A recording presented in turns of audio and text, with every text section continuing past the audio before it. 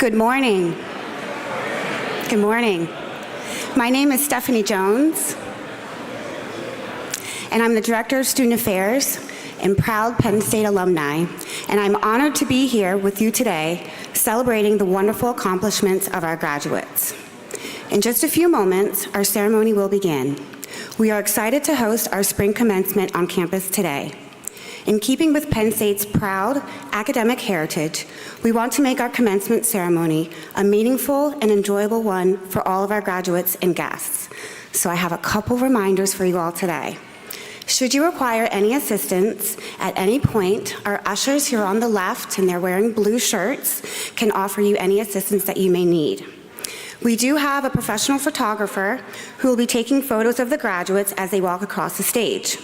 The company's name is Grad Images, and they will be contacting each graduate with information about how to place the order for their photographs. Please hold your lively cheers and applause until the last graduate from each academic program walks across the stage. If you need to step out or require some quiet time, there is a lounge outside of the gym towards the left. The restrooms are also located outside of the gym towards your right. All right, this last step we're gonna all do together, okay? Everyone take out your cell phones. Please turn them down to silent so that we can enjoy the program without any interruptions, okay? Are you guys ready for your graduates? Yes? All right. Please stand for Pomp and Circumstance performed by the Lenape Brass Ensemble and the procession of our Spring 2024 graduates.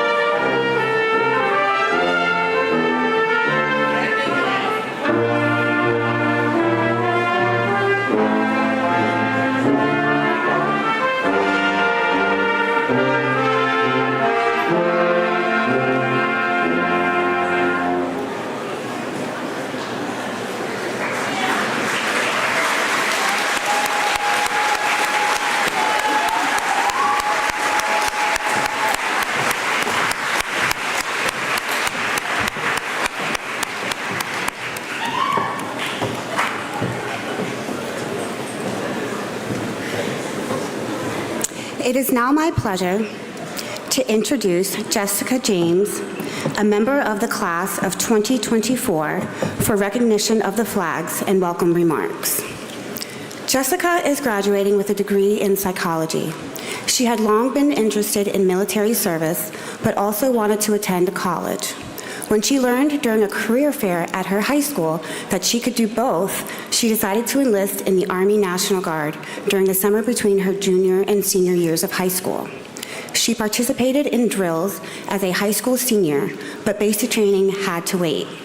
Right after graduating, she left for 6 months of basic training at Fort Leonard Wood in Missouri. Once she returned to the Philadelphia region, Jessica chose to attend Penn State Brandywine. She was attracted to the campus in part because of the successful softball program.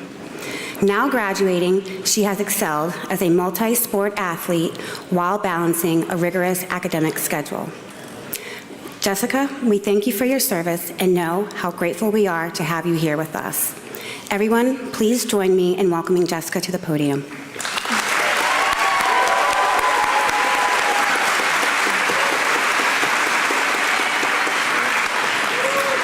Thank you. Good morning. Our American flag is more than a national symbol. Whether our banner is referred to as the Stars and Stripes or the red, white, and blue, the colors of our flag have significance, representing valor, perseverance, and justice. Our American flag also represents many a life lived in service to our country. As someone who answered the call to serve, I am proudly wearing my red, white, and blue entwined honor cords as a symbol of service and patriotism. All our student and alumni veterans who have come before me have made many sacrifices so that we may have the freedom to attend higher education institutions such as Penn State. You may have noticed the flags of sovereign nations around the world flying on the lampposts across our campus lawn today. These flags are to honor Brandywine's international students who come to us from around 60 countries. The flags also represent the many host nations around the world to which our students and faculty travel through our global programs.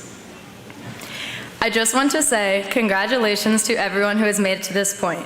So let's give a round of applause to all of the graduates.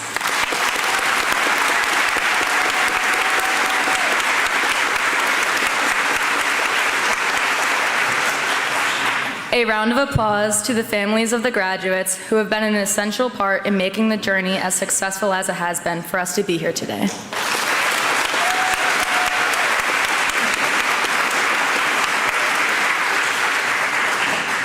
And finally, a round of applause for the faculty and staff who have guided us to graduation here on campus.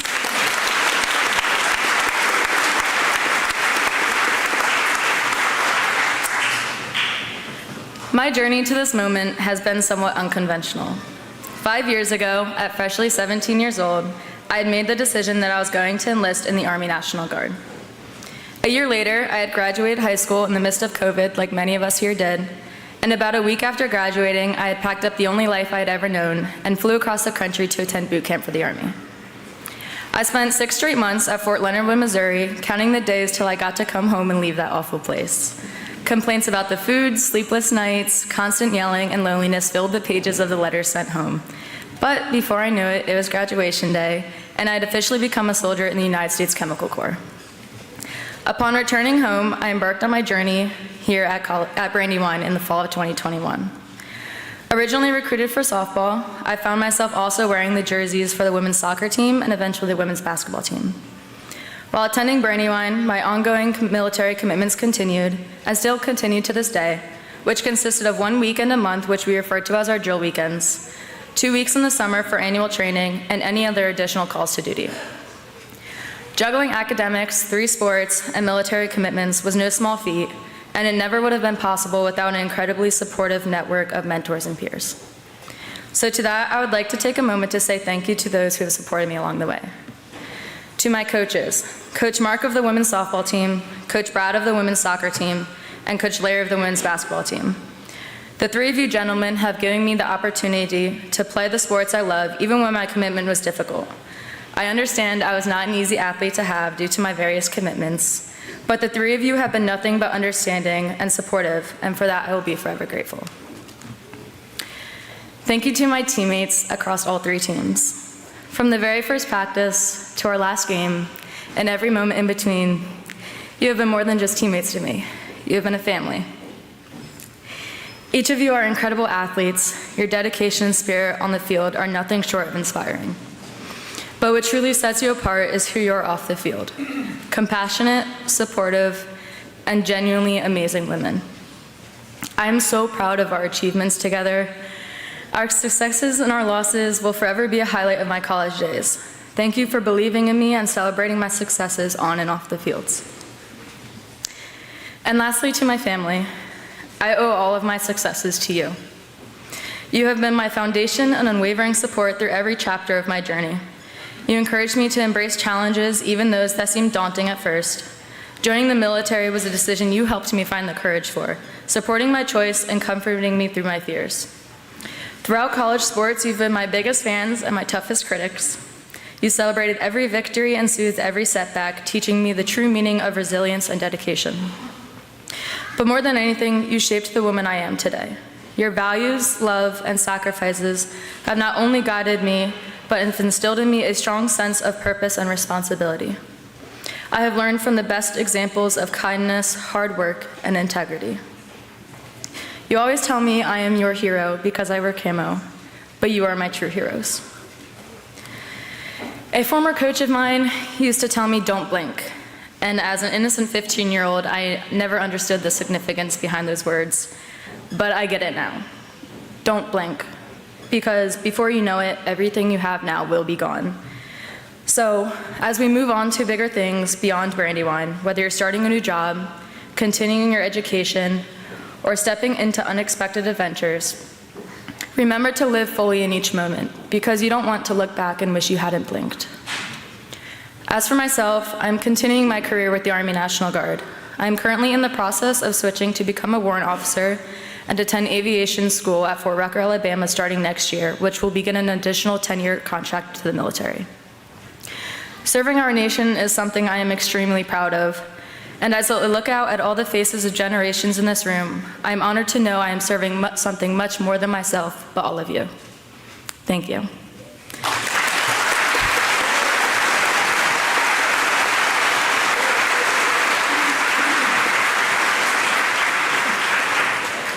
At this time, please rise for the national anthem by the Lenape Brass Ensemble.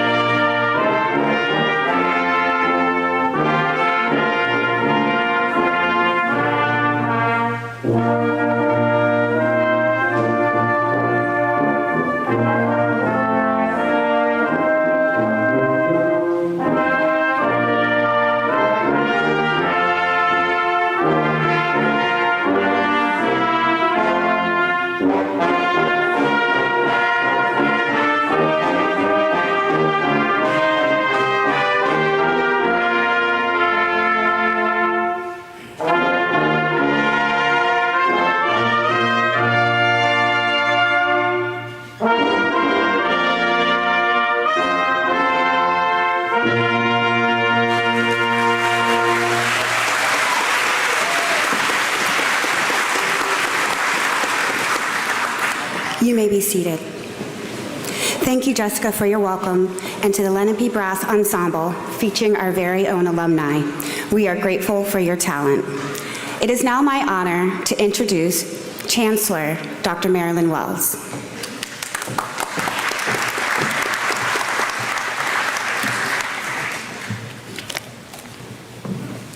Thank you, Stephanie, and thank you, Jessica. I must admit, when the national anthem played and I put my hand on my heart and saw you salute, tears welled up in my eyes. Thank you.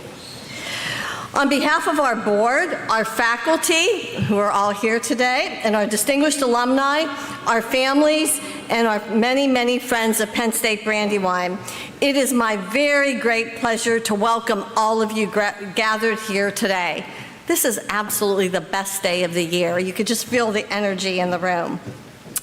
I'd like to begin by asking all of you to join me in thanking everyone who has made today's celebration possible, including our groundskeepers, the campus is beautiful, our ushers, event planners, and crew, as well as those who are working cameras and the live stream to make it possible for us to share this celebration with those of you here and those of you who cannot be here in person. Thank you.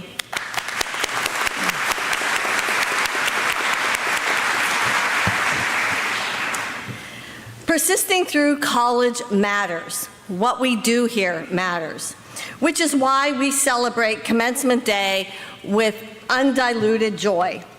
To our graduates, you have earned your degrees today in many ways and for many reasons, each one unique to you, but not least because you persisted brilliantly through your time on this beautiful campus and your time away from it.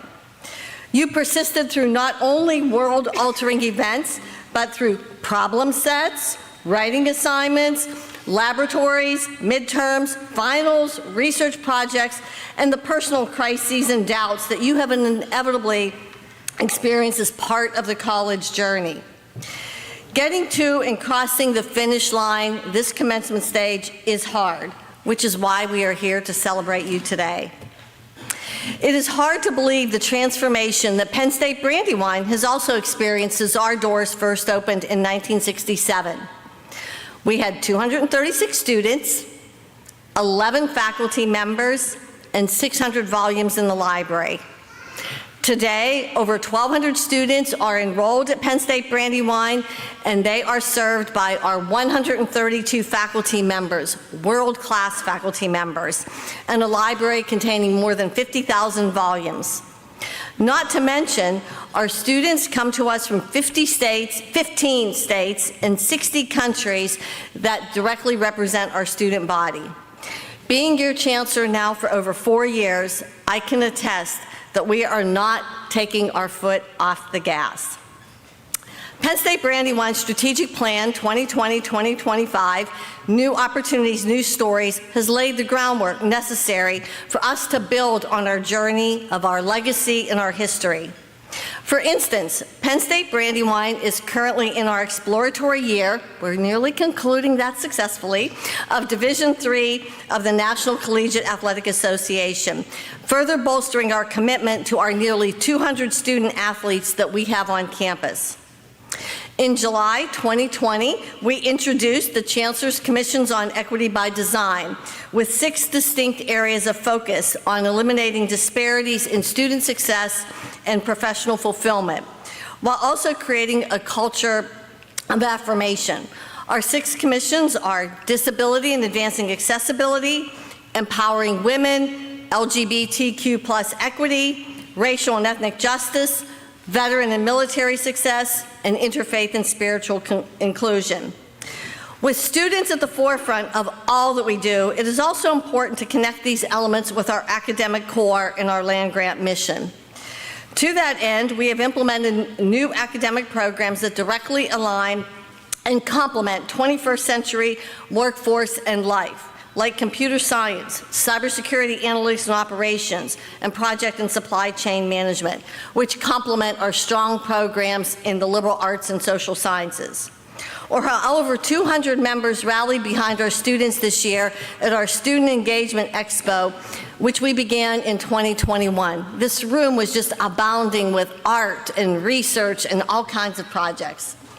It's a flagship program on our campus which began 3 years ago, and once again, the artwork, the internships, student clubs, organizational success, and employment opportunities really shine for our students. And we are unique in that we involve students in their first year through their senior year on our program. Some campuses do that just for the seniors. More importantly, we recognize that it truly takes a village. As part of our partnerships, we successfully forged meaningful, transformative relationships with local, regional, and global corporations and organizations like SAP, Delaware County Technical Schools, Mainline Health System, the Chamber of Commerce's, Media Business Authority, Epic Foods, and many more, to help address the ever-changing needs of our students. An example of this is SAP, a global software firm, partnering with us on hosting a cybersecurity conference this upcoming fall to address workforce skills development for our students and community with a particular focus on women in cybersecurity. Although small, our village is truly mighty. I hope that today and in the weeks ahead, as you celebrate your degrees, well-deserved graduates, you will take this time to thank your village, including the friends, family members, faculty, mentors, and others who helped you persist across the finish line. And in that spirit, I hope that you too, that is all of you, pursue quests and adventures beyond the campus, that you will help others to persist across their dreams and their goals as you have done so remarkably yourselves. I know that whatever you do, you will make Penn State proud, and that you will put your talents, creativity, and importantly, your character to work in ways that we can scarcely imagine today. All of us here today are thrilled to be a part of your celebration. We applaud your persistence, your talent, your achievements, your aspirations, and yes, your ability to have fun along the way. We send our wishes as you embark on the next stage of path that lies ahead, and we hope it will bring you back to our beautiful campus many times. I was just up at the University Park campus last week, and I heard many times about you definitely have the most beautiful campus of Penn State's 24 campuses. We look forward to welcome you when you return, and congratulations once again. Thank you. So speaking of that village, I would like to ask Michael Gamble, financial advisor for Alex Brown Incorporated and president of our Penn State Brandywine Advisory Board, to come and share a few reflections with you on behalf of the advisory board.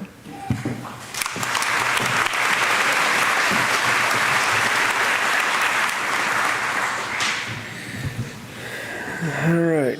Good morning, good morning, good morning. Thank you, Marilyn. Appreciate that. Good morning, academic leaders, faculty, staff, graduates, guests, parents. It's a good day. Weather notwithstanding, I think everything's pretty good today. My name is Michael Gamble. I'm the president of the Penn State Brandywine Advisory Board. I was born and raised in media, Delco kid, live in Glen Mills now. I've been on the advisory board for about 7 years. I received both my undergraduate and master's degrees from Penn State, and spent some time on this campus back in the 80s when there were only 2 buildings, a handful of trailers, and it was known as Penn State Delco, which I still call it from time to time. Those of you who are from this area, you get it.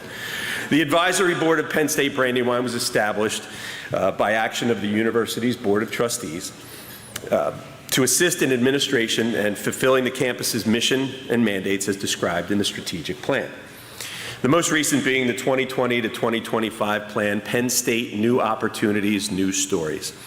As president of the advisory board, I have the distinct honor of working with 22 individuals who care deeply about student success and the long-term sustainability of Penn State Brandywine.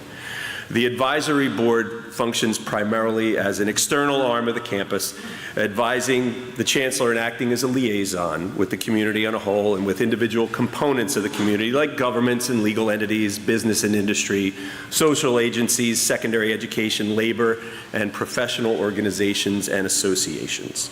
The advisory board works to position Penn State Brandywine as a leading major university in Delaware County and all of the surrounding communities. To achieve these goals, the board has invested in scholarships, created mentorship programs for students on staff, for students and staff on campus, funded cutting-edge research, hired interns and graduates into our companies and our businesses, and most importantly, leveraged the world's largest alumni association and network of over 700,000 graduates to support you in your personal and professional growth. Although those of us on the advisory board are not here on campus every day, and our impact and commitment goes way beyond just the 2 to 4 years that you spend here on campus. It's with you for a lifetime. Graduates, in a couple of moments, Dr. Wells will confer upon you the degrees that you have earned. The Penn State degree which you have worked so hard to acquire and be the key to unlocking many doors of opportunity and allow you to expand your mind and contribute to the communities at large. I hope you're proud of what you've achieved and excited for the challenges and experiences that lie ahead. you will come to find that Penn State grads are everywhere. Show of hands, and not the people who are graduating today, but how many people graduated from Penn State? Put them up. Make a little noise. All right, that's good. Yeah.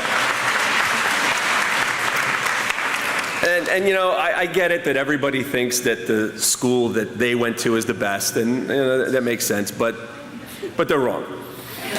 Ours is the best. With very few exceptions, the people that just raised their hand will be willing to talk to you about their Penn State experience, your Penn State experience, and answer any questions that you may have about their chosen industry and the career path that you are going to be taking. On behalf of the Penn State Advisory Board, I would like to extend my heartfelt congratulations to you. This is a great day. And my wish for you is that you get as much out of your Penn State experience as I have from mine. Because the truth is that your Penn State journey is just beginning. You know, a lot of people come to graduation and they think, all right, I'm done. You know, that's my 4 years. It's time to go on and move forward with life. But that's not the truth. You are going to be an alumnus a heck of a lot longer than you were a student. And there's a lot more that this university has to give to you. You just have to have the guts to take it. But be proud that you're a Nittany Lion. Help those that come after you. And above all else, remember, we are. Thank you.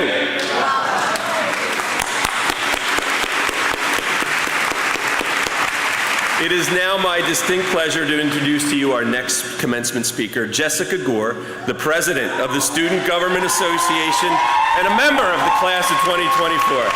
Jess?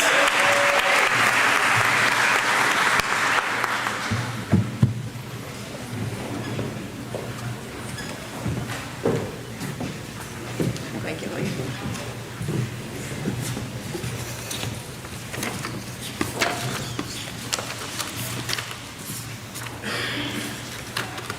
Thank you, Michael. There is a profound Nigerian proverb that has resonated with me throughout my time at Penn State. It says, "It takes a whole village to raise one child." The wisdom in this proverb lies in the recognition of the collective effort required to bring up a child. Each member of the community contributes something indispensable to the development of the child. They teach, guide, and shape the child into a person who can navigate the world independently. Similarly, it takes this entire community to bring these graduates here today. My name is Jessica Gore, and on behalf of the Penn State Brandywine class of 2024, I want to thank each person in the Penn State community, friends and family who has helped us come to this point in our lives where we have the opportunity to walk across the stage, having finished 4 rigorous years of preparation. Today is a testament of the value of that community. Look around you. Each one of us has played a part in at least one other student's journey here, in the shaping of lives, in the formation of experiences. We are not just individuals graduating today. We are a community celebrating the fruits of our collective efforts. My own journey to Penn State started thousands of miles away in the small, vibrant islands of Trinidad and Tobago. As a child, I was always curious, always eager to understand the world that lay beyond the familiar confines of my small island. My perception of America was initially shaped by the upbringing of the media and movies, which painted a vivid picture of American high school and college, complete with its highs and lows.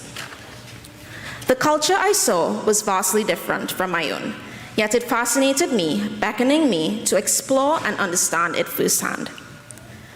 Since landing here, I've been on a learning curve that has been steep but rewarding. I've learned much, from understanding the significance of how important the Phillies are to this area, to grasping the concept of American football. I've navigated the intricacies of selecting teams for the March Madness brackets with my roommate, and the etiquette of tipping at restaurants. Along the way, I've discovered the not-so-subtle and subtle differences between Walmart versus Target, and the unique culture each represents. After spending 4 years here, I think I've got the hang of it all. In my process of adapting to this new culture, I often found myself starting my sentences with "in my culture" or "in Trinidad." These phrases became my shield when I confronted unfamiliar experiences. But more importantly, it also became a bridge, linking me to others as we exchanged stories and explored our cultural differences. I immersed myself in American rituals like the Super Bowl and Thanksgiving. These experiences opened my eyes, broadened my perspective, and allowed me to understand the nuanced complexities of the American experience. Growing up in this country, people often ask what you want to be. They ask about your chosen field, what major, your aspirations, and your future plans. Yet, what is often overlooked is the question of who we want to be. We focus on our careers, ambitions, future plans, and as we should, but how often do we pause to consider our character? Who am I? What I have learned over these past 4 years is that the world outside these doors can be cruel and unjust. But it is who we are inside that determines how we navigate these challenges. And so, as we celebrate the culmination of academic journey today, let us also remember to focus on who we are becoming, not just what we are becoming. It's easy to declare our ambition to be a lawyer, a doctor, an engineer, but it's equally important to ponder over our character. No matter how hard we study or how much we work, there will always be people who are unjust and unkind. But it is our character that equips us to handle these obstacles. The importance of who over what is evident in every profession. A doctor may have all the degrees and experience, but without character, they will fall short. Without character, how will their patients be able to trust them? All the hard work and success can crumble in an instant of one indiscretion. It is our character that forms the foundation of our achievements. In this world that puts an emphasis on the outward appearance, focusing on who we are is a unique challenge. But it is a challenge worth undertaking. The impact of having strong character is not always immediately apparent, but can surely have a positive effect on your mental well-being. In closing, I want to extend my heartfelt thanks to Penn State Brandywine for being my village, for providing me with the environment to learn, grow, and evolve. My family, friends, and family friends, I will not be here without you.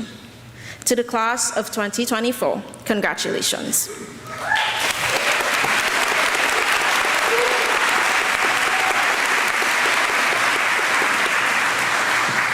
As we step into the future, let's carry forward the lessons we've learned, the experiences we've had, and the bonds we've formed. Here's to us and the exciting journey that lies ahead. Thank you.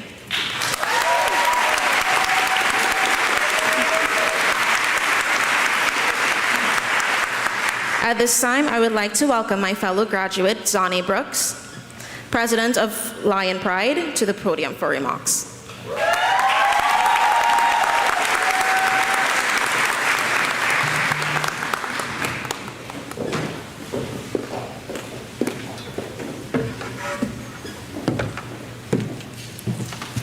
Hi, guys. Good morning. Thank you, Jessica, and congratulations. Dear graduate class of 2024, as we stand here today on the cusp of a new chapter, it is impossible not to reflect on the journey that brought us to this moment. We've weathered storms that we never could have anticipated, challenges that tested our resolve and shed tears in the darkness and times of uncertainty. But through it all, we persevered. Before I continue, I want to express my profound gratitude. My journey, much like yours, has been shaped by numerous experiences and individuals who have transformed my life. As a psychology major pursuing nursing, I've encountered various hardships, including family losses, and sicknesses. Rest in peace to my, don't cry. Rest in peace to my grandfather and my uncle. I know you guys would have been the loudest in the room. I want to extend my deepest appreciation to the Penn State community and all the staff who have been the ears and shoulders to cry on when needed. Shout out to Sean and Danny in the Blue Apple Cafe. I'm incredibly thankful for the encouragement I received when I wanted to give up. To my family, who have been my unwavering support, and to the two remarkable women in my life, my mom and my grandmother.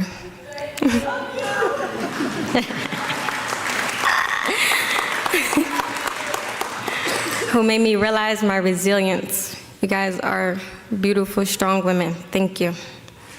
To my siblings and my partner, you have been my will to keep pushing forward and my motivation to keep going.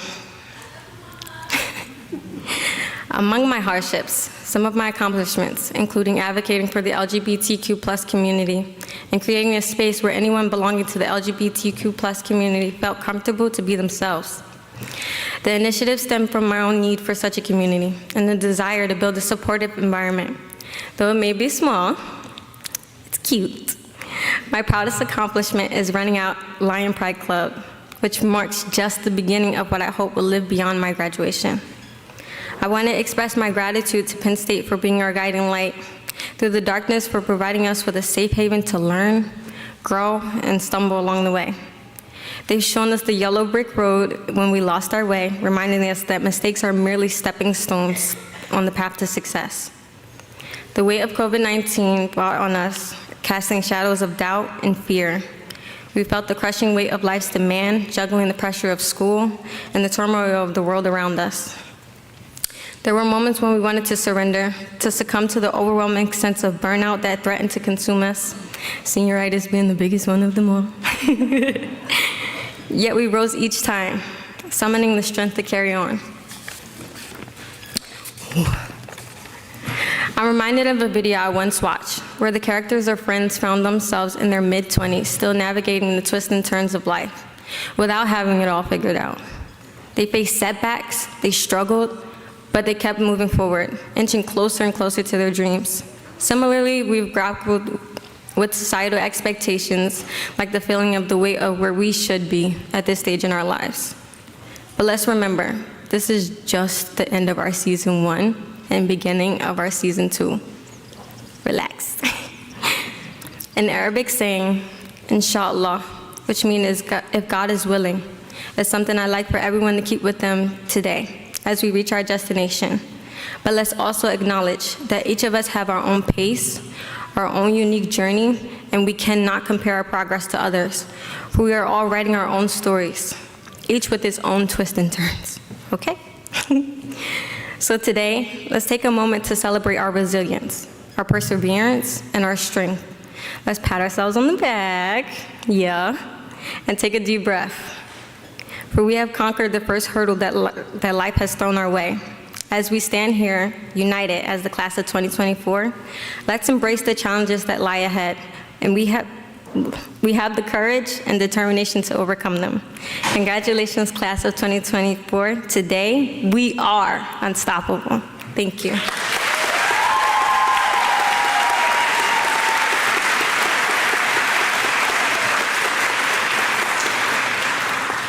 At this time, it is an honor to welcome Fala Bakri, also known as Francis, the Vice President of Black Student Union, to share some remarks and a beautiful performance.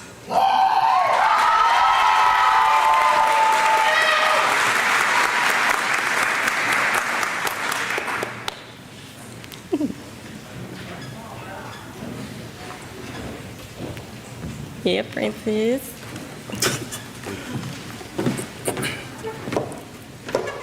How y'all doing? Thank you, Zane. Ladies and gentlemen, esteemed staff and faculty members, proud parents, and above all, my fellow graduates. Today marks a monumentous milestone in our lives. As we stand on the brink of a new chapter, I am honored to address you with the heartfelt reflections and words of encouragement.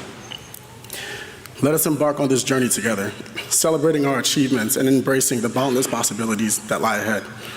As we stand at the threshold of a new beginning, let us acknowledge that the transformative power of change, uncertainty may loom large, but it is within these ambiguities that the canvases of our lives unfold. Embracing change allows you to evolve, adapt, and grow. Rather than fear the unknown, let us welcome it with open arms. For it is through these challenges that we discover the strengths and our resiliences. Our time at this institution has been a melting pot of cultures, ideas, and perspectives. Let us carry forward the spirit of inclusivity and celebrate the diversity that enriches our world. Embracing the unique stories and experiences of others, foster empathy, compassion, and understanding.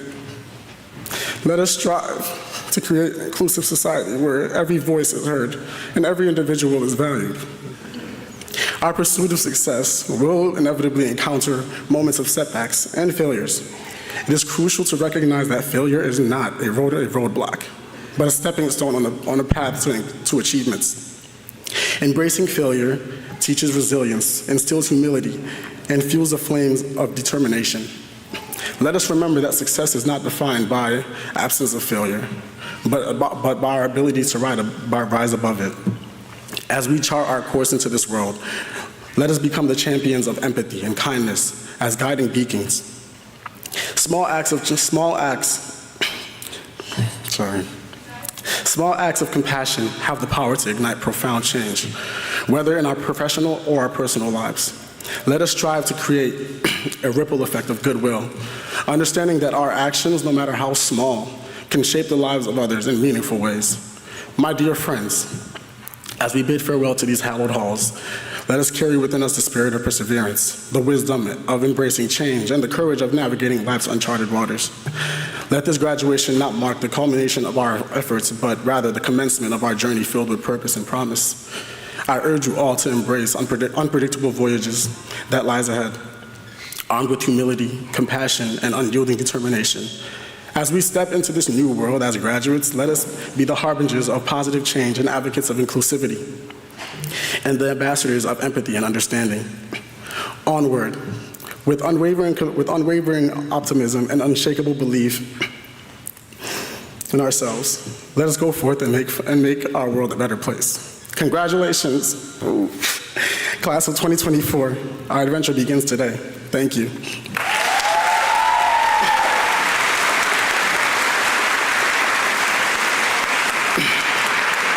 At this time, I would like to perform Boyz II Men, End of the Road, as a tribute and dedication to this wonderful institution.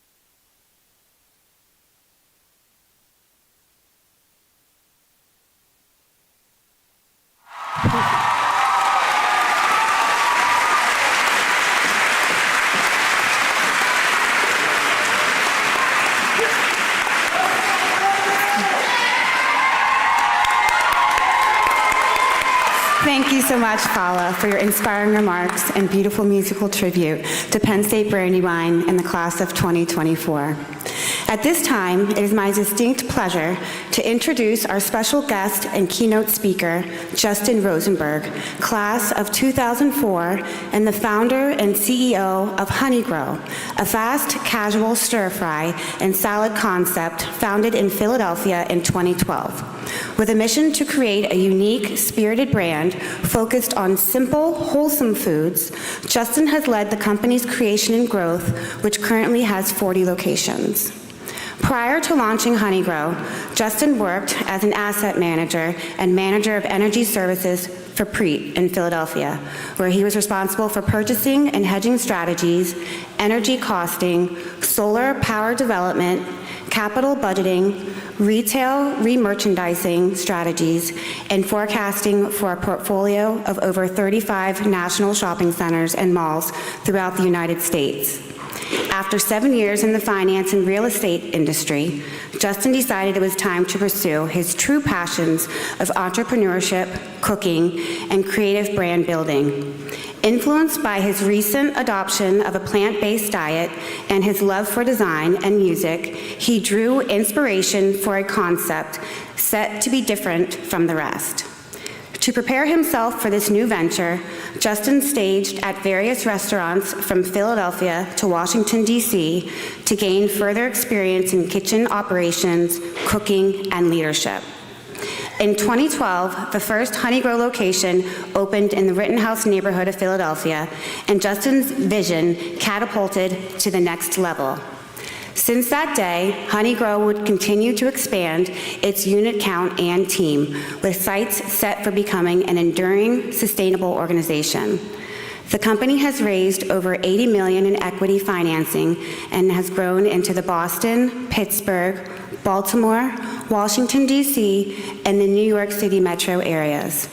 In 2020, Justin received the Ernst & Young Entrepreneur of the Year Award for the Greater Philadelphia region, and in 2021 was distinguished as a member of the Philadelphia Business Journal's 40 Under 40 class. Justin resides in the Philadelphia suburbs with his wife, 3 children, and golden doodle, Bowie. His passions outside of Honeygrow include Brazilian Jiu-Jitsu, playing guitar, and spending too much time trying to master solos, cooking, hiking, and surfing. He is a member of the Children's Hospital of Philadelphia's Corporate Council and a board member of the Philadelphia chapter of Team Impact. Without further ado, please join me in welcoming Justin Rosenberg.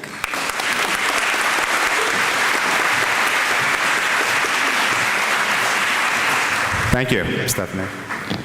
Sounds better on paper. I'm honored to be here today at your commencement at my own alma mater, Pennsylvania State University. I graduated 20 years ago around today, which is crazy, in 2004, which feels like yesterday, but for most of you, that's an entire lifetime. I honestly can't believe how quickly time goes by.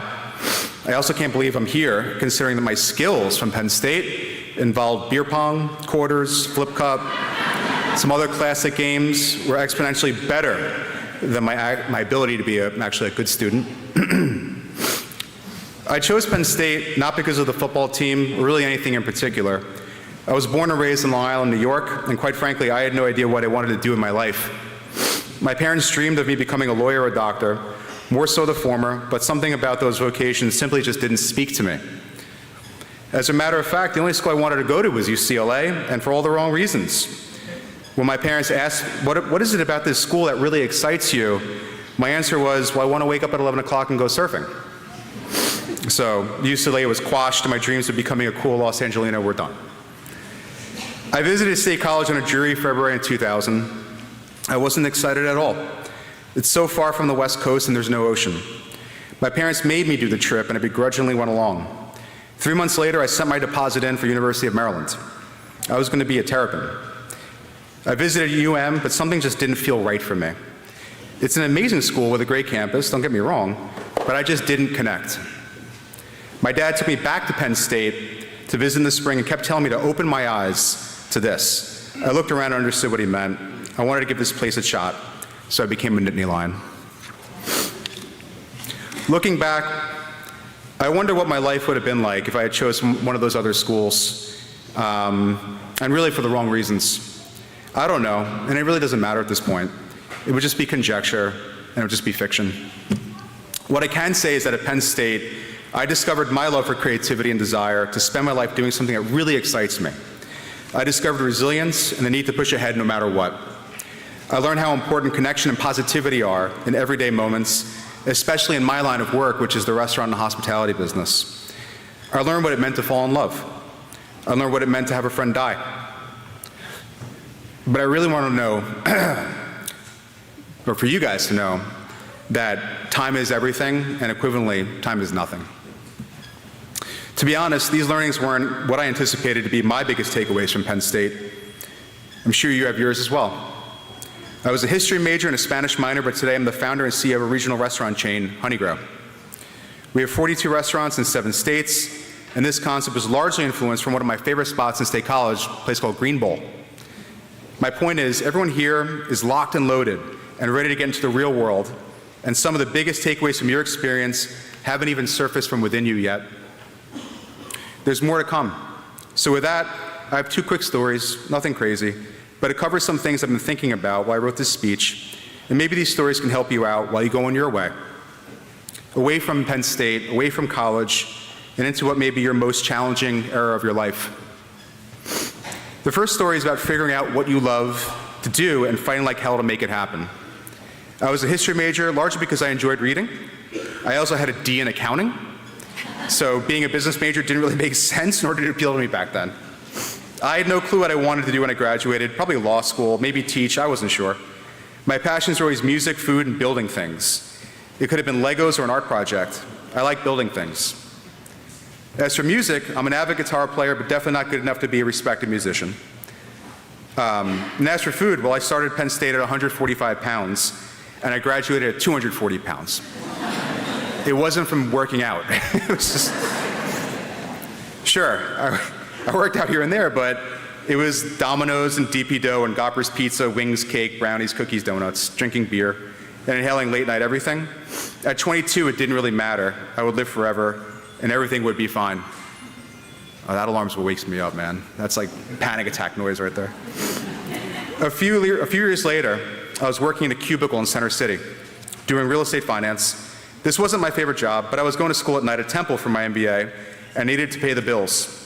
It was also, unbeknownst to me at the time, an incredible learning experience.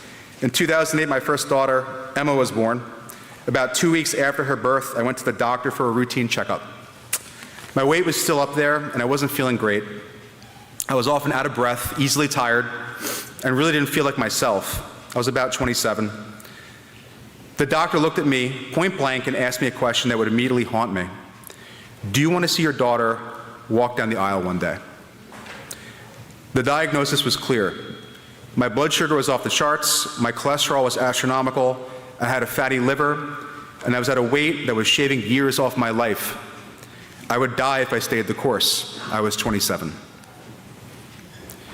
About a week later, I picked up a book called The China Study by T. Colin Campbell that talked about the benefits of a plant-based diet.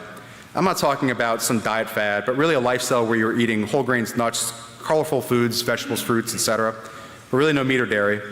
Nothing that comes from anything that has a face. I gave it a shot and it was really hard. I love pizza, chicken parm, bagels and lox, and spaghetti bolognese. I would sit with friends at restaurants in Philadelphia and watch them inhale pork soup dumplings, fried calamari, lamb ragu hummus, and ribeye steaks. It was brutal at first. But ultimately I started feeling better, my weight was dropping. One really cool thing that I did was make salads for lunch, and then ultimately what I had left over, I'd make into stir fries for dinner. It was pretty cool. Anyone familiar with Honeygrow knows that we sell stir fries and salads. That was the origination of it. I wondered, nobody's doing anything like this in the restaurant world. What if I just give this a shot? Do I spend the rest of my days working for somebody else in a cubicle? Or do I pursue what I want to do? Or do I pursue someone else's dream? Or do I pursue my dream? What do I know about the restaurant business other than how to order? I landed on what I want, and then I figured out how to get it. The idea of the restaurant world hit all my passions: creativity, scaling, and food. I can create something from scratch that nobody has done and scale it. Great food, fast, made fresh to order, and different from the vast sandwich concepts, burrito concepts, and burger concepts that are out there. How do I make this happen when I have no experience at all? Zero restaurant experience, so I had to figure this one out. I spent my weekends working in a restaurant in Washington, D.C., learning how to cook and be a part of the team in the kitchen. Friday afternoons, I was still working in my cubicle, but I would sneak out, and I would take the mega bus down to Washington, D.C. Sunday, I'd take the bus back up. I respected this one chef, and I really want to learn from him more than anyone. Next, I had no money. How do I fund this thing? I don't come from money, and I certainly did not have enough money to start a restaurant. I had no assets, so debt was off the table. My only real option was to hit the streets and network like crazy. Just network, so I did. I pitched 94 people over a 2.5-year period. 93 said no. It was a very humbling period of my life. I would go to work, pitch people, pour my heart out for this idea that I had, and then be told, this is the stupidest idea ever, or kid, this is all fluff, good luck. Many others as well. My wife was and is my rock and provided the much needed support to get through this period.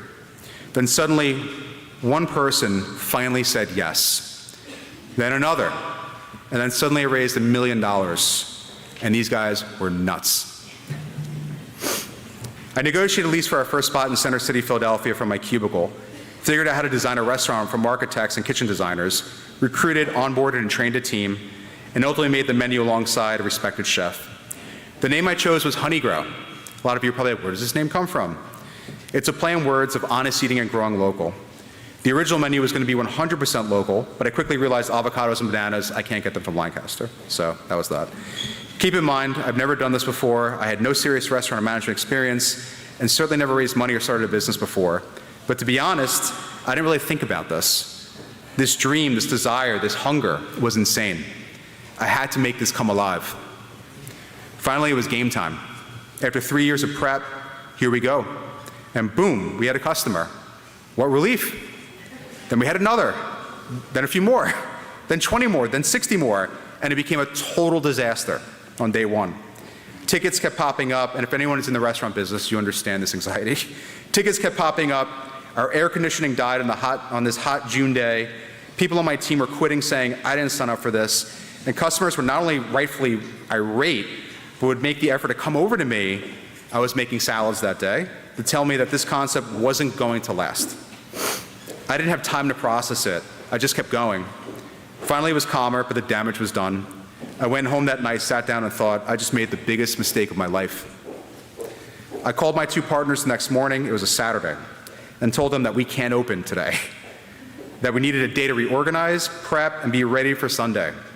I can only imagine what they thought of me after they gave me $1 million. But we did just that. By Sunday, we slowly started to build our confidence. Every day became better. Customers were coming back. This thing may actually work, and it's going to take a little bit of time, but ultimately, a few months later, we actually hit a profit. About 7 months later, we opened our second location in Ballackinwood, and it was a smash hit. I was the GM. I knew how to do things. Finally, with the success of the Balla store, our Center City location exploded. People came in to invest. It was time to grow. I didn't realize how ironically this would lead to the biggest challenge that I would have to face with Honeygrow. With big-pocketed investors coming in and able to write bigger checks to finance the business, we were ready to scale. We went from 2 stores in 2013 to approximately 30 in 2018. In between, we had some serious challenges. A near-death experience in 2018 by growing too fast, and I was too arrogant back then, of course, thinking that it would all work out. COVID in 2020, but throughout it all, we pushed through it. We humbled ourselves, we learned a lot, and we turned it around. Today, we have 42 locations, and they're all doing great. Stay hungry, stay foolish, and stay the course. Figure out what you love to do and fight like hell to make it happen. The line upwards is never straight, but keep going, because if you really, really want it, then do it. Period. Don't be afraid to face the pain because of the journey or where you want to get to, but it's part of the process, guys. Keep going. The second story is about being a decent human being, which honestly doesn't feel like it's a common thing anymore. When I was at Penn State, I was extremely involved with Thon. For anyone who doesn't know what Thon is, it's an annual dance-a-thon where students raise money for kids with cancer and ultimately spend 48 hours, and this was back in the rec hall at main campus, but now it's the Bryce Jordan Center, and you do your best not to go to absolute delusional from sleep deprivation, which I did. My wife was with me. I was out of my mind. We made it. It was tough. My fraternity teamed up with a sorority, and we hit the streets with big cans, looking to raise money. My grandmother, who I was very close with, had just passed away from leukemia, and this became very personal for me. We were sponsoring a 6-year-old girl who was battling an aggressive cancer, and her parents couldn't afford the treatment. It was heart-wrenching. I met her and her family and became obsessed with figuring out how to raise as much money as possible to help. I was about 19 years old. Now, standing outside with a can in the middle of the street asking for money isn't easy. You get rejected a lot. Some people will help, most will not. However, we found that standing by a supermarket on the sidewalk or some anchor store like a Target, we could actually engage people versus walking past their cars in incoming traffic, which is insane. That seemed like a no-brainer. We could educate them about what we're doing, explain where the money actually goes, and simply be authentic, knowledgeable, and responsive to our donators. We raised approximately $16,000 in cash per trip, cash. It was crazy, but simply being genuine and caring and showing some love, well, people crave that. As Danny Meyer talks about in his book, Setting the Table, our first experience in the outside world as an infant is being held. It's innate. We crave this. We really do. So let's talk about the restaurant industry. Just a few weeks ago, I had a really horrible experience. My middle daughter and her friends wanted to go to a fast casual restaurant that wasn't Honeygrow, which is blasphemy within the Rosenberg house. But I figured it was a good opportunity to check out the competition. Because I tell my kids, there's a world out there when you get off your phones. So let's check this out. We walked in and the place looked a little beat up, rather pretty beat up. The team was tired and indifferent. The music was off, the trash was overflowing, and it was probably the B team considering that it was a Sunday afternoon. No greeting, dirty tables, and other customers washing down arguably healthy meals of random stuff scooped into a depressing biodegradable bowl, thinking for whatever reason that this is acceptable for almost 20 bucks. The drama continues. I sip my water and just observe the team. Team members were on their phones, sitting on the counter, standing around, not caring, and some just seemed annoyed that customers were coming in. What audacity. As a customer, I vowed never to come back, and I will say, we don't bat 1,000 either, but these things drive me insane. More importantly, it got me thinking. Lately, most places that I've gone to in the fast casual space, and even in other industries, service has really sucked. I took Amtrak recently, and the heat was set to what I think was 104 degrees inside the train. When I asked the Amtrak employee if there's any way he can make it cooler, he rolled his eyes at me and walked away. Now, I'm sure he's upset too, but this man represents something when he wears that uniform. He may be a bad apple amongst an actual incredible bunch, but in my brain, it was Amtrak sucks. He made them all look horrible in an almost indelible way. And Amtrak doesn't suck, but one person can ruin that reputation. Another example, a new doctor's office. I needed a referral and the admin was insanely rude. She was so annoyed that I had to reschedule my appointment. I get it, we all have bad days. After I said thank you for not taking care of it, after she did take care of it, she simply hung up on me. Again, wow, this office is absolutely the worst. And also, and maybe it's just me, there's a local coffee shop in Philadelphia that really has incredible coffee. When I'm in that neighborhood, I would often just stop there. I really appreciate this place. I came in from jiu-jitsu one morning and really wanted to get my cold brew. I had some time, so I figured I'd get a croissant with it and catch up on some emails. With me, there was a bottle of Gatorade, red to be exact. After I ordered, the barista told me that I'm not allowed to have items for consumption that come from outside the cafe. I thought I was being punked. This is something out of Curb Your Enthusiasm. I just said, okay, and sat down, croissant, cold brew, and a bottle of the red Gatorade. Within 1 minute, she came back and said it was an issue with the health department, which I could tell you it's not. And it's not her. Please, it's not her. If I can throw it out, please do so. If you can't, then please leave. I left. I'm never going back to this place, even if she was fired. You are what you tolerate. That's the only thing I kept thinking about. You are what you tolerate. And then there's this really, really famous national fast casual Mexican brand that I can guarantee you most of you have been to. I was at one of the locations, and I got to the front of the line and expecting the manager to say, "Welcome to Chip," yet the manager just goes, "What do you want?" To which I responded, "Tacos." Same place in Final Time. I'm in a town in Maryland where we'll be opening soon, Hunt Valley. I came into a location of this famous Mexican eatery at about 3 p.m. and starving. I hadn't eaten since 8 a.m. and was on the road all day looking at sights. So finding this was actually really encouraging. When I walked in, the entire staff was sitting at a table eating Chick-fil-A. I knew this was going to be bad. When I got to the ordering area, the staff just started laughing and pointing their fingers to each other and asking, who's going to help this guy? A young woman was picked, and she begrudgingly walked behind the line and asked what I'd like. That was my last time at this very famous Mexican chain. That was 2 years ago. I'm so sick of bad service. I've concluded that today it is much more the norm than the exception to experience poor service. The bar has been set so low. We've become okay accepting poor attitudes. Like, hey, this isn't a Michelin star restaurant, no big deal. But that said, things are expensive now. And yet we tolerate mediocrity as a norm. It's everywhere. And with people simply ordering on an app and grabbing their food on a shelf, in our business of fast casual, is engaging customers even necessary anymore? I'm sure plenty of folks think not. When I created this business, we had 2 ambassadors at our first location because the place was so packed and the concept was so new, we knew people needed help. An ambassador's job was simply to help you order and answer questions in a friendly, personal way. We obviously couldn't afford this, and when things began to stabilize, we had 1 ambassador. This person was engaging, proactive, and genuinely cared. It was infectious. She was authentic, knowledgeable, responsive to all guests. She was a total rock star. I think in those early days when the food was barely okay, this is pre-fresh noodles, some other challenging things we had, but the service was legendary. People actually wanted to come back. My friend Ivan Orkin owns a famous ramen shop in New York City called Ivan Ramen. I don't know if anyone's ever been there. Please check it out.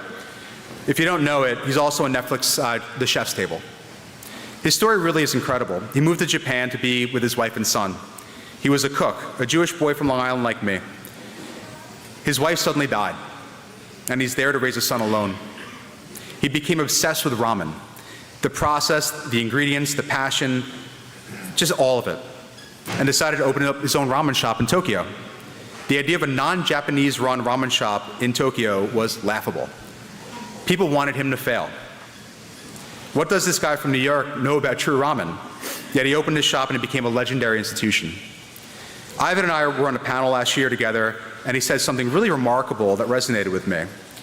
He said, if you go to a restaurant and the food is absolutely stunningly incredible, and the service is absolutely offensively horrible, you're not going to go back, no matter how good the food is. Just think about that for 1 second. Food's amazing. If you're not treated right, you're probably not going to go back. Nobody goes back. Yet if the food is pretty good, and the service is truly legendary, you're going to go back. And it had me thinking. I'll give you one last example. Last week I went to one of our restaurants, and things felt off. You know the vibe. Umbrellas weren't up, music was a bit low, team looked tired, something was up. This first impression had a massive impact on me, because first impressions matter, and this is how it relates to you guys. Without tasting the food or doing any investigation, I texted our district manager and told her that I wasn't impressed. Before I even tasted the food, I knew that it was going to be bad. The store was really beginning to climb in sales, but as I sat there, I just tried to figure out why. Rather quickly, I did get my food, and it was excellent. As I sat there watching people take pictures of their food and plow into their spicy garlic stir fries, a team member came over and asked, how was I doing? It seemed like she genuinely cared. She also had zero clue that I'd been the CEO. She was amazing. She cleaned the tables, and in between was telling me about Honeygrow, how it started in Philadelphia, her favorite things to order, and that the founder is a cool dude, to which I replied, I heard the opposite. That first impression, at once indelible, began to melt away. She saved the day. I was wrong. I can't wait to go back. the only one interaction, that only one interaction, completely flipped my perception. I left impressed. Impressions matter, and I can't help think about how it's made a difference when I interviewed for my first job, when I went the extra mile for my boss, or tried to convince an investor how fun this restaurant idea that I had. If you want to make a great impression, the resume matters, but how you interact, impact, and ultimately connect with someone will have a deeply profound impact. At Starbucks, it's not just about the coffee, and at your local pizza place, it's not just the pizza that you have that makes you want to come back. There's something extra, something a little special behind it that makes it work. Now think about that magic and apply it to yourself. How can you leverage this relentless hospitality mindset? Think about that, relentless hospitality. Keep that question in your pocket when you interview, when it's time to step up, when there's an opportunity to mentor someone, or there's just an opportunity to listen. If we can simply raise the bar for ourselves, look up from our phones, get off social media for a bit, and think about how we can make ourselves and everyone else around us better, imagine what's going to happen. We often live in a funk or a bad mood, or maybe even worse, in a state of constant apathy, and life simply passes us by. Very soon, if not already, you'll be representing a company. You will be part of something. You will be the person on that Amtrak train, or you could be somebody else. You may not know it yet, and you may think that whatever you do in your personal life is personal, but the reality is, as long as you're employed somewhere, you represent the brand. And if you're going to represent the brand, and as a fellow Penn Stater, then you really need to represent and make us proud. And if the culture of this company doesn't vibe with your own values, then you know it's time to go. The restaurants you want to go to are no different, because you go to the restaurants typically where you know the team cares. Life is no different. Be the person who cares. Be the person who holds the door for others, even though people don't hold it for you. Be the person who actually will listen during a conversation, other than drown out the noise and think about what's for dinner. People need warmth, they need connection, and they need understanding. In a world where communication has gone so cold, be the light that makes it warm for everyone again. Make the exception the norm. Step up and be the role model. In the words of the poet and civil rights activist Maya Angelou, people will forget what you said. They will forget what you did, but they will never forget how you made them feel. Be a good person and be a role model for yourself and everyone else around you. And with that, I wish everyone here good luck, great health, and an unbelievably happy life. May you find what you're looking for in this life, fight like hell to make it a reality, and always be a good human being. Be the role model for others. Be the exception, not the standard. We are Penn State. Thank you.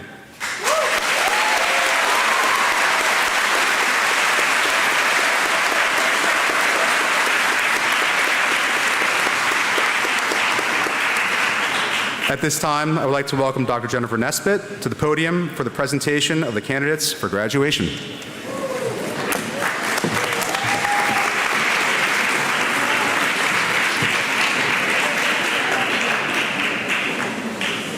Thank you, Justin.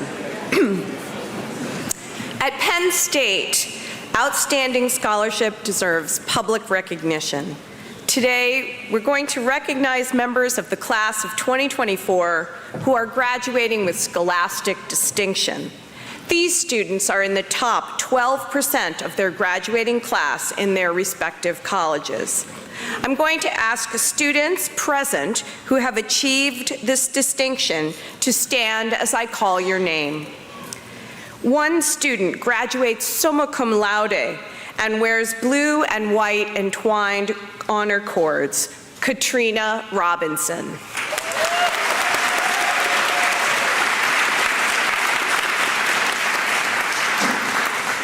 Two students are graduating magna cum laude, and they wear a blue honor cord, Azada Gashami and Kwang Pham.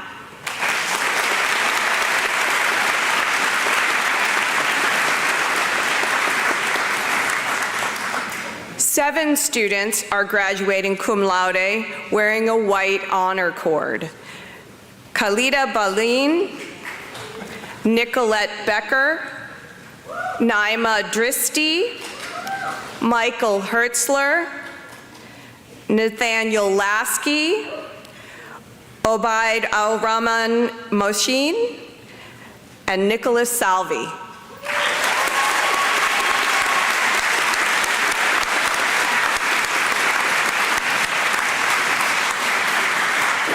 You may be seated.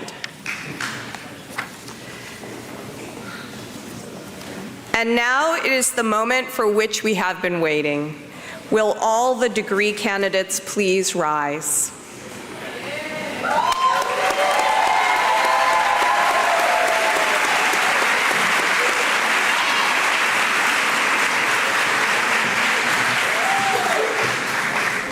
Chancellor Wells, I present to you as worthy and approved these candidates for undergraduate degrees. They have met all requirements of the university. By virtue of the authority invested in me by the Pennsylvania State University Board of Trustees, I hereby confer upon you the degree or degrees which you have earned. In testimony of this, you will receive a diploma admitting you to all the privileges, honors, and responsibilities of your respective degrees. Graduates, you may now move your tassels from the right to the left.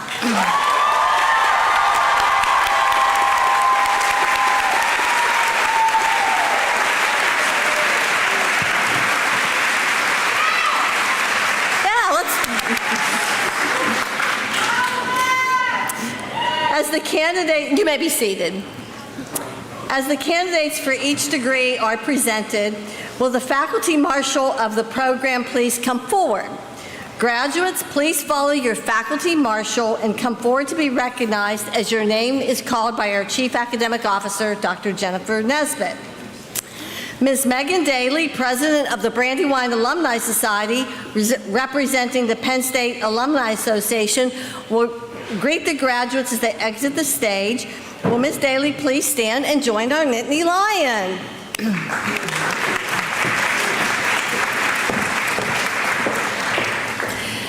And I would like to digress for a moment and just give a few shout outs. We know today is about the graduates, and all of you have had people in this room, faculty, staff, family members, mean so much to you. But I also want to take a moment to acknowledge those, whether it's someone in your family that passed or a dear, dear member of our campus community who passed this year, who I know without a doubt is present with us today, and we gathered to honor him just a few weeks ago. So if we could all take a moment and recognize Dr. John Andrew Andy Lamb Messer.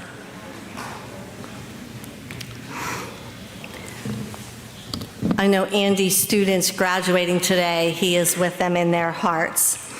I would also like to take a moment to recognize our faculty marshal, Dr. Steven Cimbala, in his 51st year at Penn State.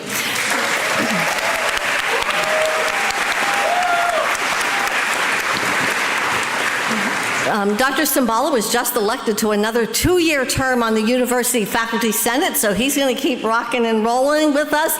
And just yesterday, we received word that he received the University College's Faculty Research Award and continues to be an inspiration for all of our faculty who are here.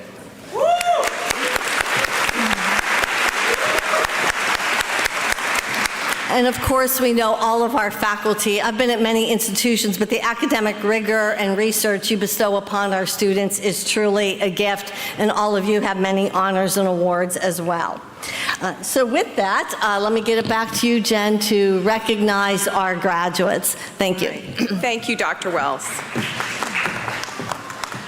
Will the candidate for a degree from another Penn State location please rise? Distinguished Professor Laura Girton will escort the candidate who graduates from the World Campus with a degree in Business Administration.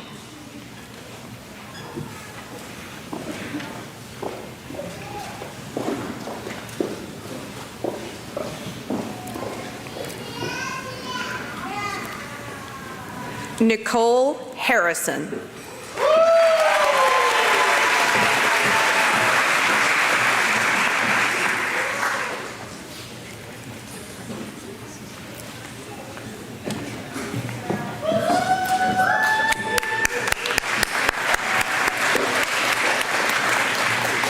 We now call forward our baccalaureate graduates who have completed College of Engineering degrees. Will our first ever class of candidates for the Bachelor of Science in Computer Science please rise? Associate Professor Georgia Letharakis will escort the candidates.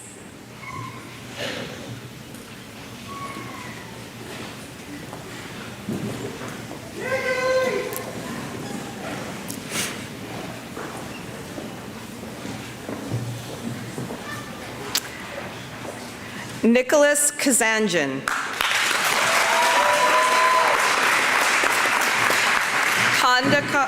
Excuse me.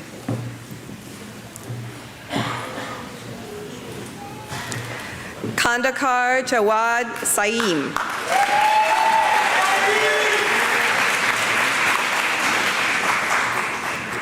Yassi Mustafa Talbi.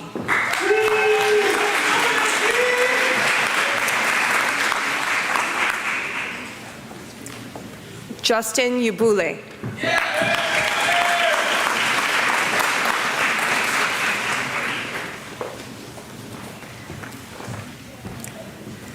Will the candidates for the Bachelor of Science in Multidisciplinary Engineering Design please rise? Assistant Teaching Professor Aaron Rape will escort the candidates.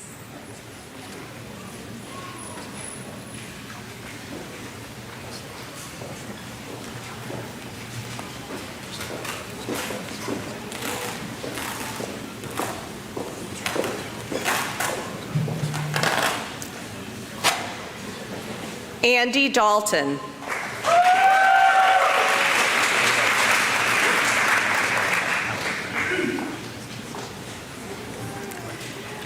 William Holfelder.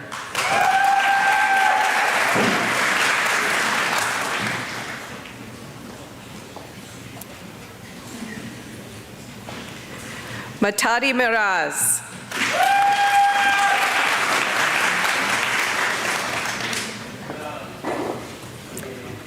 Connor Thompson.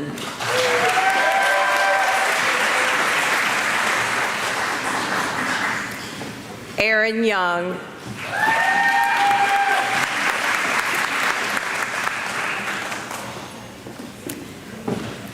We will now call forward our baccalaureate graduates who have completed University College degrees. Will the candidate for the Bachelor of Arts in American Studies please rise? Associate Professor Elizabeth Womack will escort the candidate.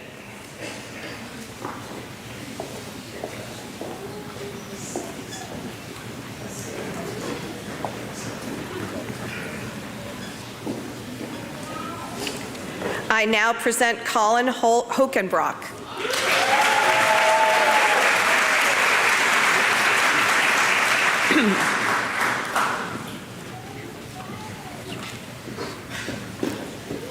Will the candidates for the Bachelor of Science in Biology please rise?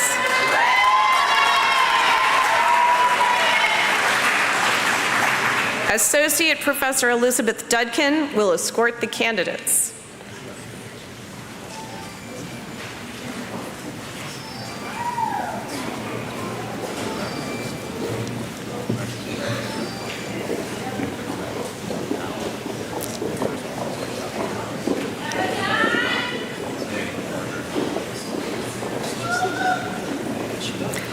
I now present Khalida Balin.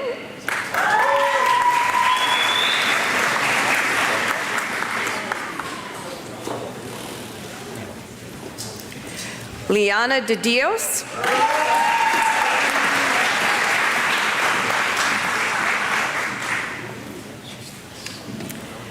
Tamara DeVore. Nope, sorry. She is not here today, sorry. Allison D. Gerke.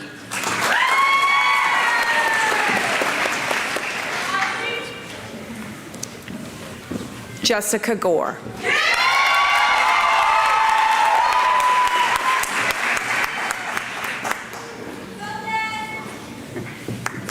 Sky Jackson.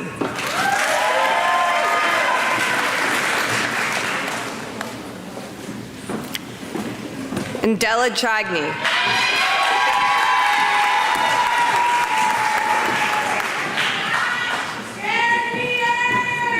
Caitlin Kaiser.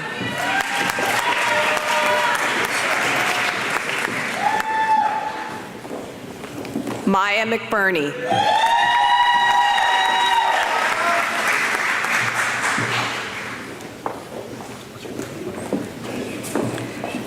Obaid Al-Rahman Mohsin.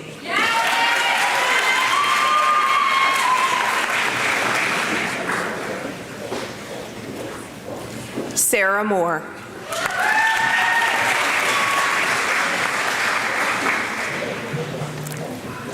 Somia Padma.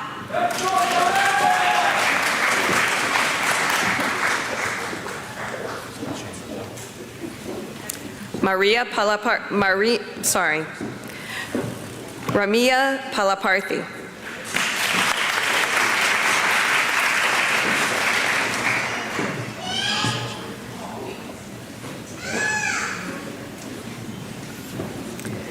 Giselle Quispe.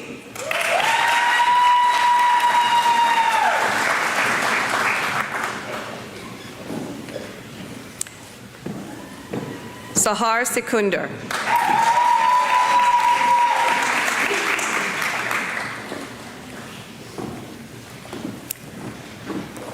Will the candidates for the Bachelor of Science in Business please rise?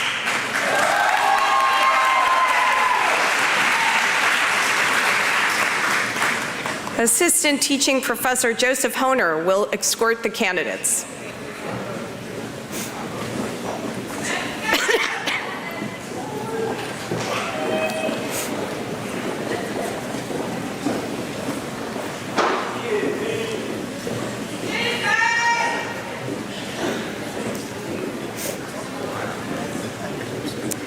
Angel Asamuga.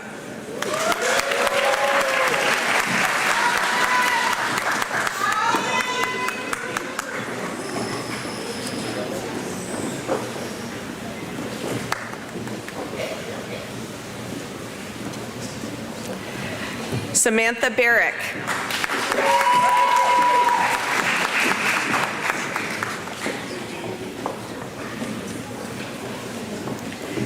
Cameron Bowman.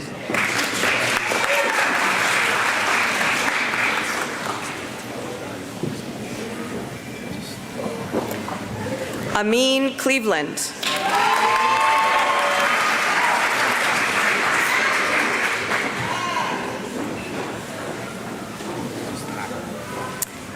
Ashley Sarah Covert.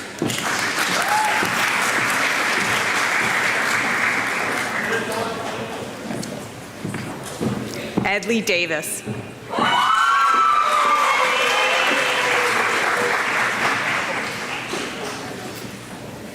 Jonte Dunson.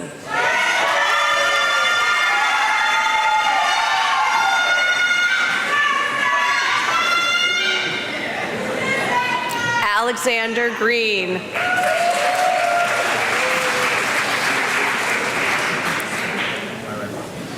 Cassidy Harvey.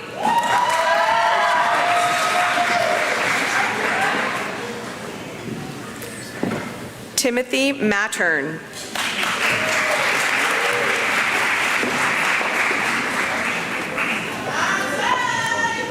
Dominic Miranda.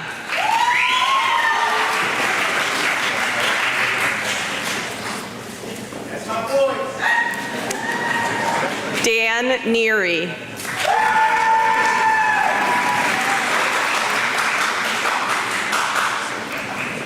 Robert O'Neill.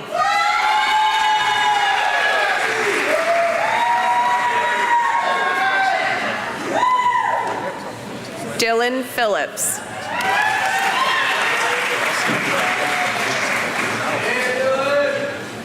Caitlin Pio.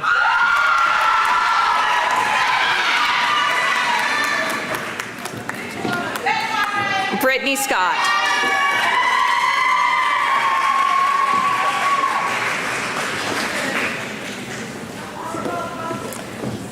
Kareem Sharaf.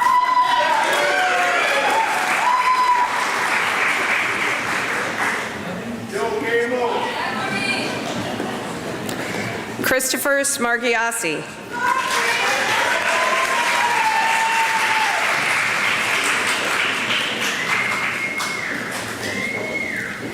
Patrick Smargiassi.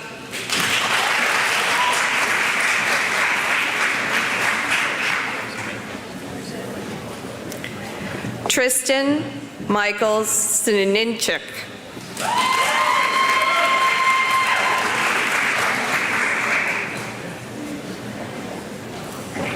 Chris Tortorello.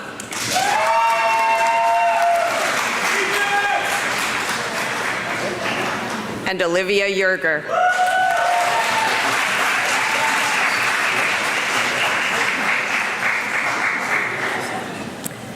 Will the candidates for the Bachelor of Arts in Communication Arts and Sciences please rise?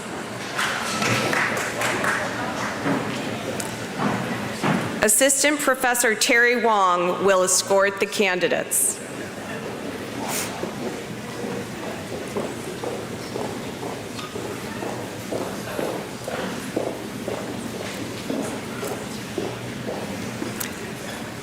Francis Biancanello.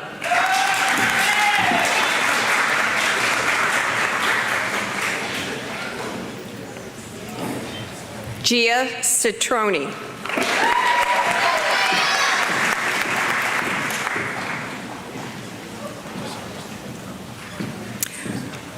Will the candidates for the Bachelor of Arts in Communications please rise?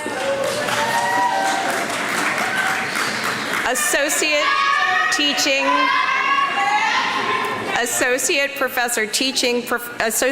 Professor Joshua Phillips will escort the candidates.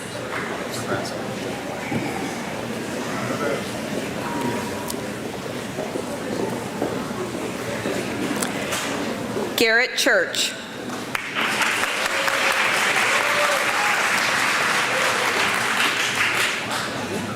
Christian Jacobs.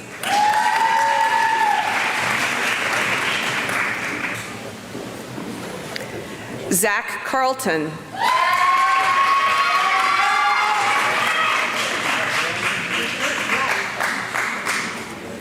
Kaylee Elizabeth Kirk Raymond.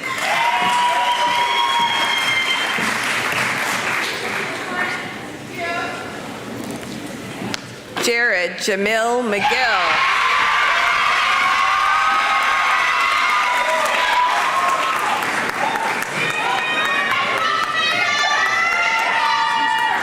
Liam Pfeiffer.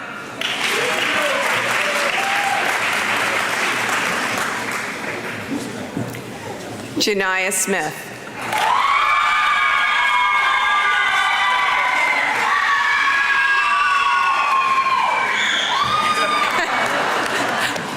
Lamar Thomas Jr.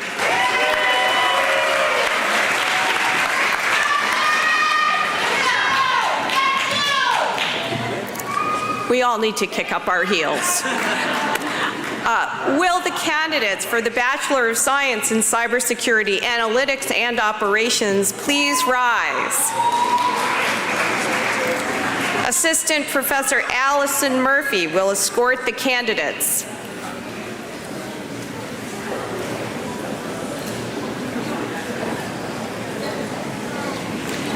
Kuzema Adil.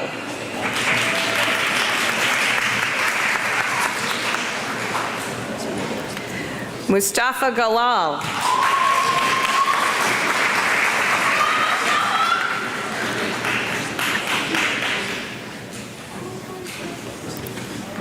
Sarah Imran.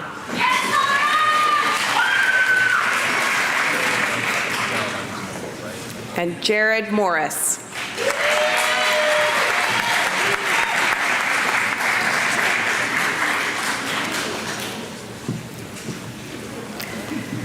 Will the candidate for the Bachelor of Arts in English please rise? Associate Professor Maureen Fielding will escort the candidate.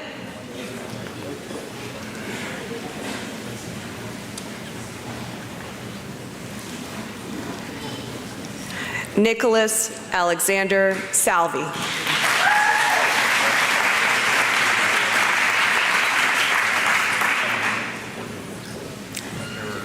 Will the candidates for the Bachelor of Science in Human Development and Family Studies please rise?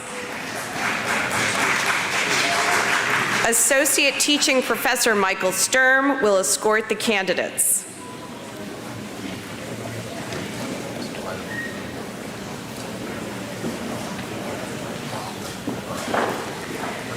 Amanda Floyd.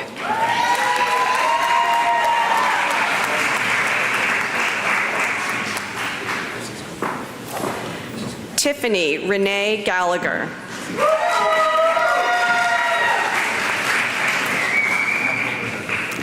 Jordan Graves.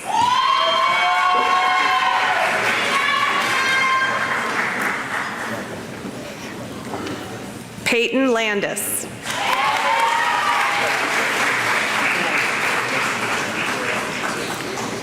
Aaron Michael.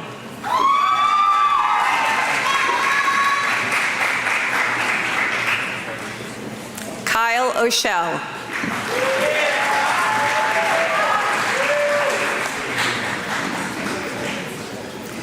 Maya Rochester.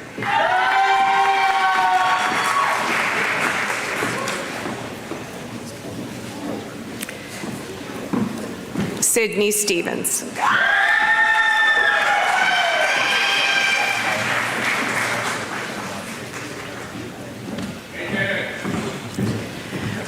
Will the candidates for the Bachelor of Science in Information Sciences and Technology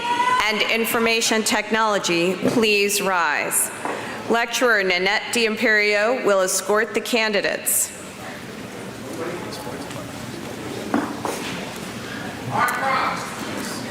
I present our students graduating in Information Sciences and Technology. Jason Ling.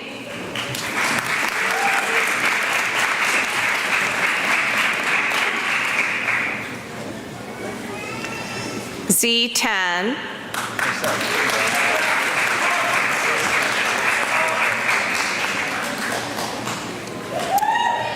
Kyle Deshawn Elijah Thomas.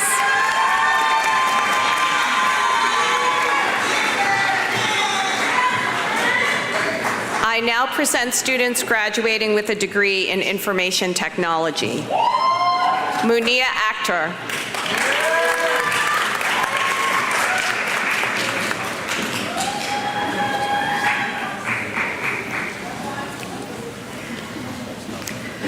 Fala Bokhari.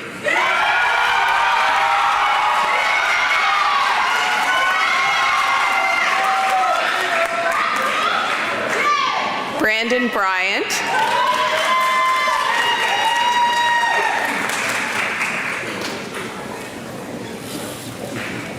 Raymond Fogel Jr.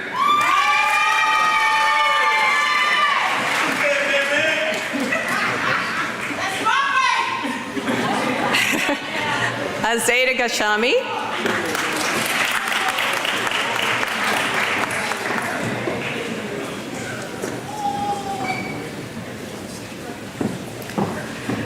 Shalan Nuhar.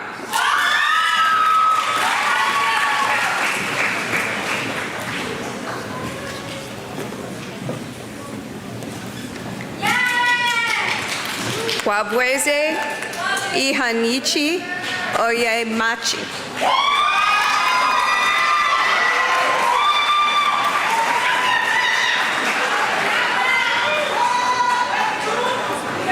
Patrick O'Shea.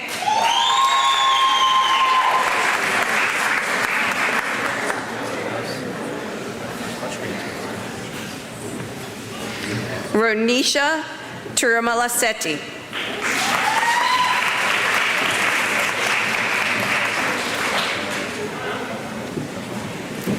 Will the candidate for the Bachelor of Arts in Multidisciplinary Studies please rise? Professor Paul Green will escort the candidate.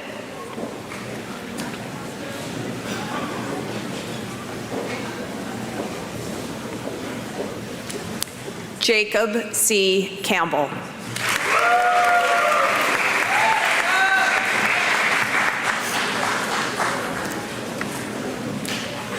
Will the candidates for the Bachelor of Science in Project and Supply Chain Management please rise?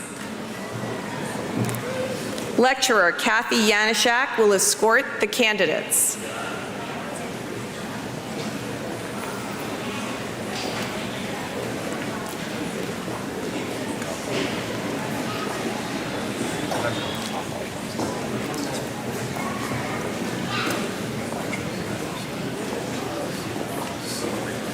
Samson Ademuwagun.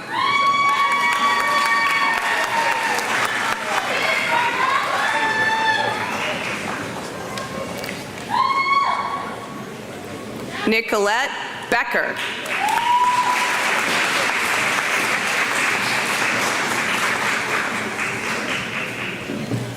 Donald W. Gilmore IV.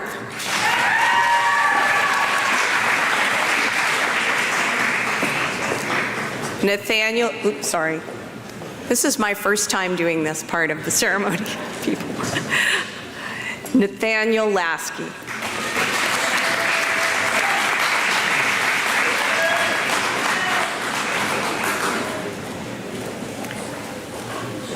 Jacob Moran.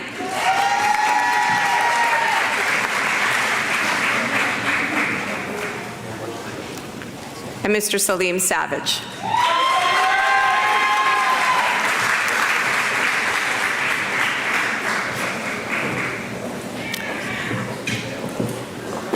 I'd like to take a moment to give an extra round of applause to Nicolette Becker, Donald W. Gilmore IV, and Nathaniel Lasky.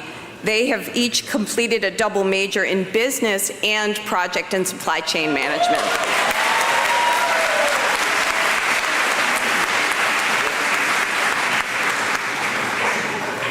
Will the candidates for the baccalaureate degrees in psychology please rise? Teaching professor Joshua Marquardt will escort the candidates for the Bachelor of Arts or the Bachelor of Science degree in psychology.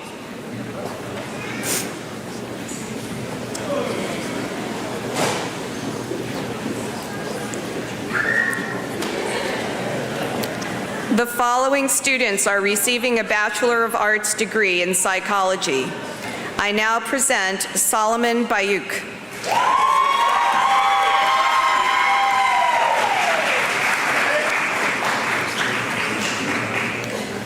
The following students are receiving a Bachelor of Science degree in psychology. Kendall Anderson.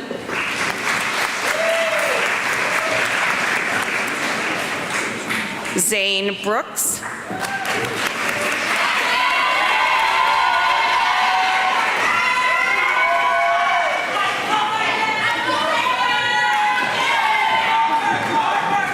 Naima Dristi.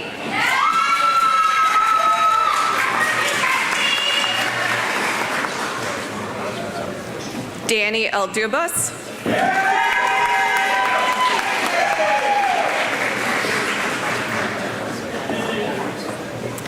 Tiara Ellis.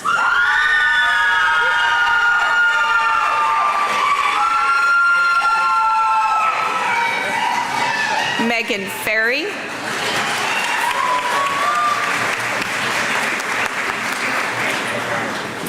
Wearing her military honor cord, Jessica James.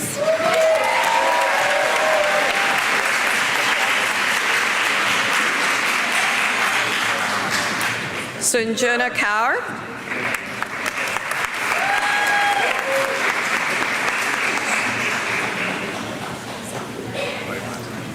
Zoe Lineman.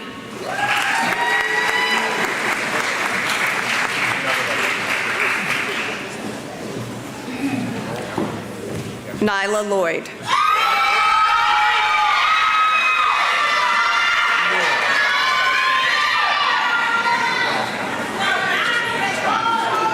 Samantha McGowan.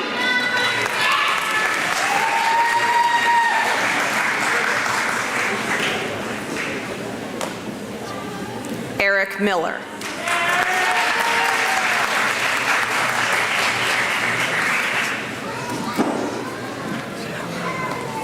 Roshni Siddiqui Ohi.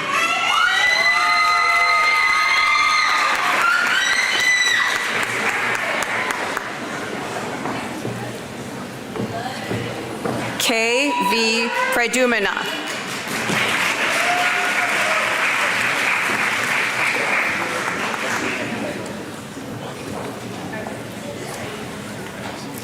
Muhammad Sayed.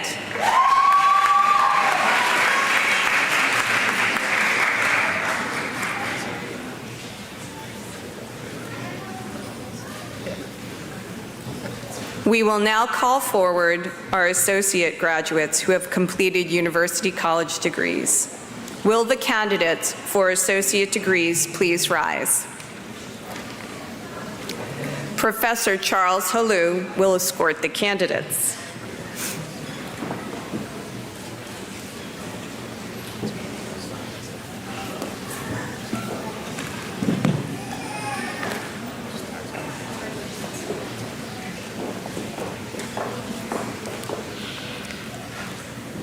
I now present the candidate for the Associate of Science in Business, Ibrahim Karoma.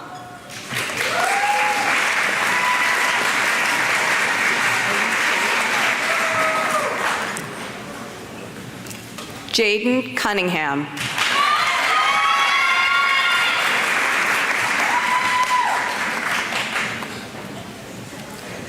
Joey Devon.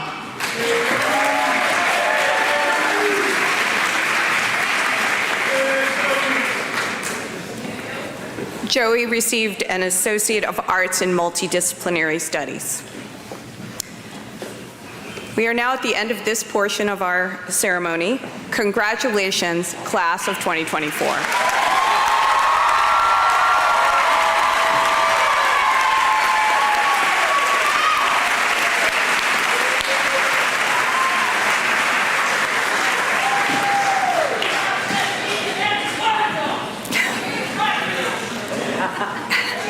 This time, I am pleased to introduce Megan Daly, class of 2016 and president of the Penn State Brandywine Alumni Society.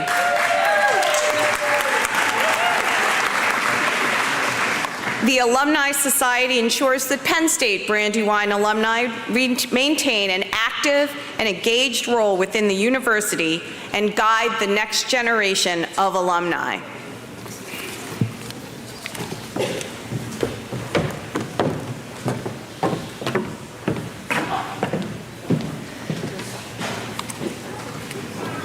Good morning. Thank you, Dr. Nesbitt, and congratulations, class of 2024.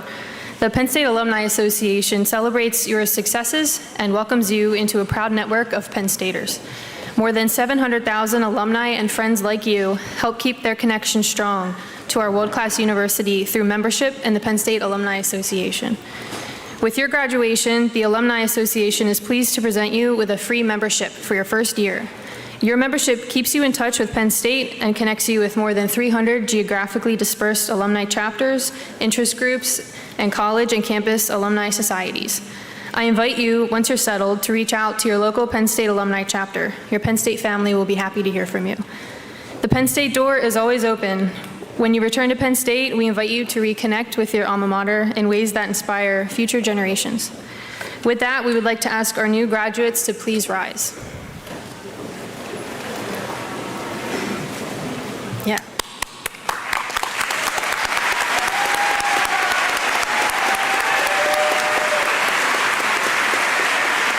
With that, would all other Penn State alumni here today please rise as well? Woo! It gives me great pleasure to induct all graduating students of the Pennsylvania State University into the Penn State Alumni Association. Welcome to the Penn State alumni family. Congratulations.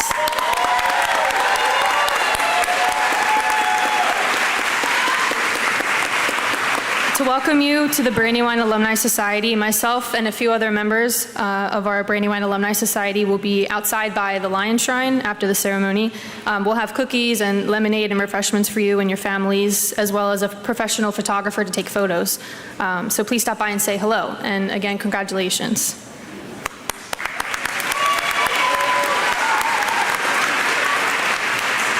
At this time, please rise again for our Penn State alma mater performed by the Linnaeus Brass Ensemble. You may find your lyrics in front of your cover program.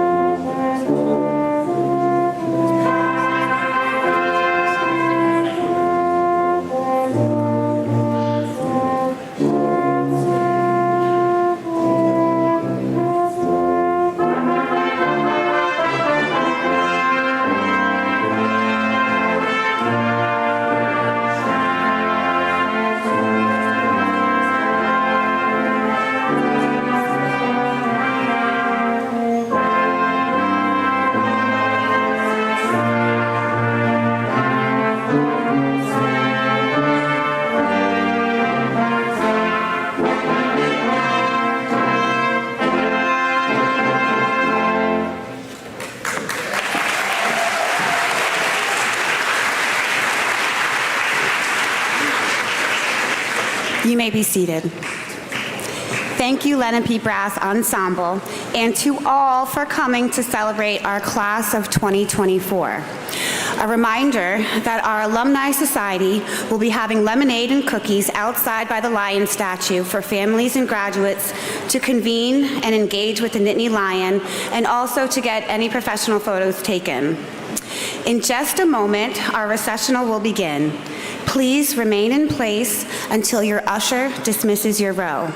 Each row will be dismissed one by one. You may reunite with your graduate outdoors. Thank you. Please rise and give a hearty round of applause for the Penn State Brandywine class of 2024.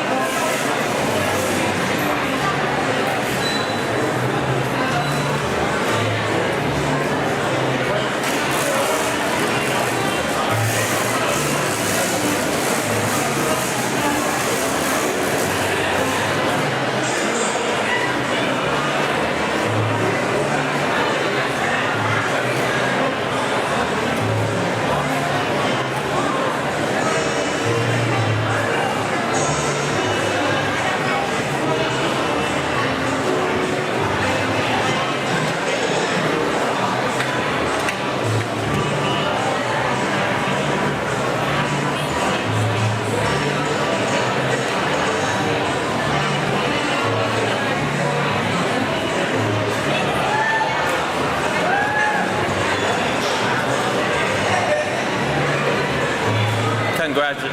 Oh.